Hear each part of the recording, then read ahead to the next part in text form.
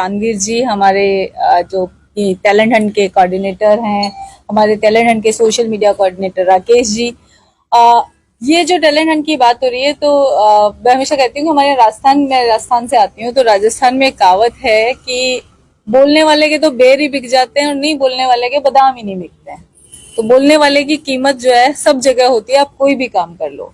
अब इस देश के अंदर माहौल एक ऐसा बन रहा है, आप ये देखिए कि रोज एक नया झूठ जो है भाजपा के द्वारा दिया जाता है। इवन पार्लियामेंट में भी जो है झूठ बोलने से कतराते नहीं है वो लोग।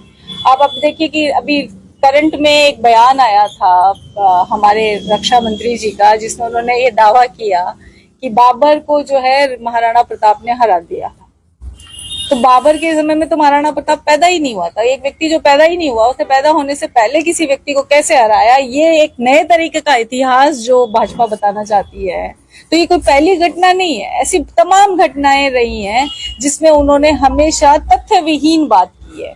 एक तो होता है कि तथ्य है, उसकी व्याख्या अलग अलग हो सकती है, आपका विचार अलग हो सकता है उस तथ्य की व्याख्या में, मेरा विचार अलग हो सकता है, लेकिन तथ्य विहीन इतिहास रचने का जो काम है, भ्रम फैलाने का जो काम है, वो भाजपा के द्वारा लगातार किया जा रहा है। और वो ये सिर्फ और सिर्फ वोट की राजनीति के लिए, उनका मकसद इस देश को बनाना या समाज को बनाना नहीं है। उनका मकसद सिर्फ और सिर्फ येन केन प्रकारेण सत्ता में बने रहना है। और ऐसे में इस देश और समाज का एक, कहते हैं ना कि वैचारिक रूप से बहुत बड़ा नुकसान हो रहा है कि आप एक ऐसी भ्रम की स्थिति बना रहे हो जहां पे लोगों को असलियत पता ही नहीं है। अभी रिसेंटली एक हमारे जो मंत्री महोदय हैं मेघवाल जी, उन्होंने कहा कि दुबई में तो रुपया चलता है आजकल, भारत की करेंसी चलती है।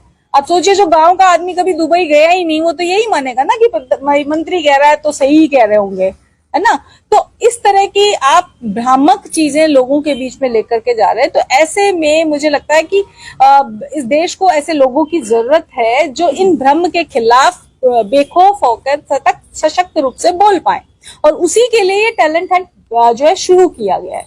और इस टैलेंट हंट का मकसद ही यही है कि भाजपा तो ये करती है ना कि एक झूठ को 100 बार बोलो कि वो सच लगने लग जाए, पर उस झूठ को झूठ बताने के लिए हमें 200 बार भी बोलना पड़ेगा। क्योंकि आप लोग सबको मीडिया से आप जानते हैं कि एक आप आज नेगेटिव खबर लगाएंगे तो उसकी रीच ऐसे तूफान की तरह जो है सोशल मीडिया पे आ जाएगी, लेकिन एक सकारात्मक खबर आप लगाएंगे तो उसकी रीच बढ़ाने के लिए तमाम तरह की मेहनत करनी पड़ जाएगी। तो चूंकि हमारी राजनीति सकारात्मक राजनीति है, इसलिए हमें ऐसे लोगों की जरूरत है जो निष्ठा से इस लड़ाई को लड़ सके। और इसीलिए टैलेंट हंट का कार्यक्रम शुरू किया गया। ये सिर्फ हरियाणा में नहीं है, ये पूरे देश भर में हो रहा है। पूरे देश भर में ये फॉर्म कुछ महीने पहले लॉन्च